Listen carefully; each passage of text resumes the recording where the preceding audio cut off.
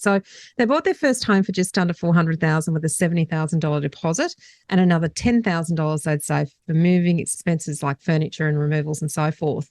Although they've been careful saving for the day they finally got the property, they were amazed at how much they had to spend on fees. Veronica, I shouldn't laugh. It's just that I don't understand how you don't know.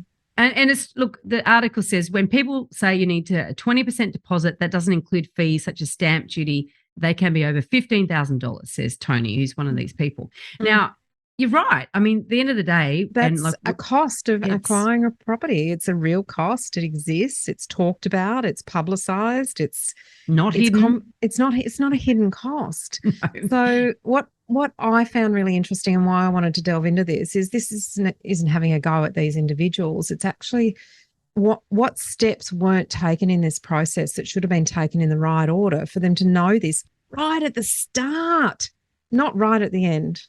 Well, and this is sort of interesting too, because what ended up happening from what I can understand from this article is that because they didn't budget for the costs, they sort of had to pull their belts in and like eat baked beans for a bit to save every extra bit that they could to cover these incidental costs, which are roughly 5% of the purchase price, just so you know, budget for that and you should be round about right.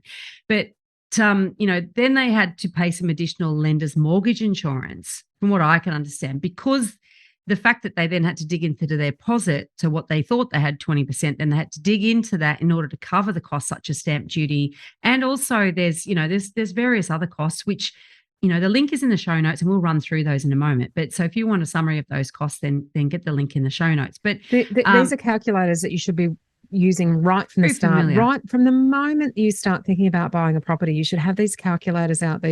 We've got downloadable spreadsheets as part of the course notes. This is information you should have to hand and know exactly what you need to save. It's not just a 20% deposit.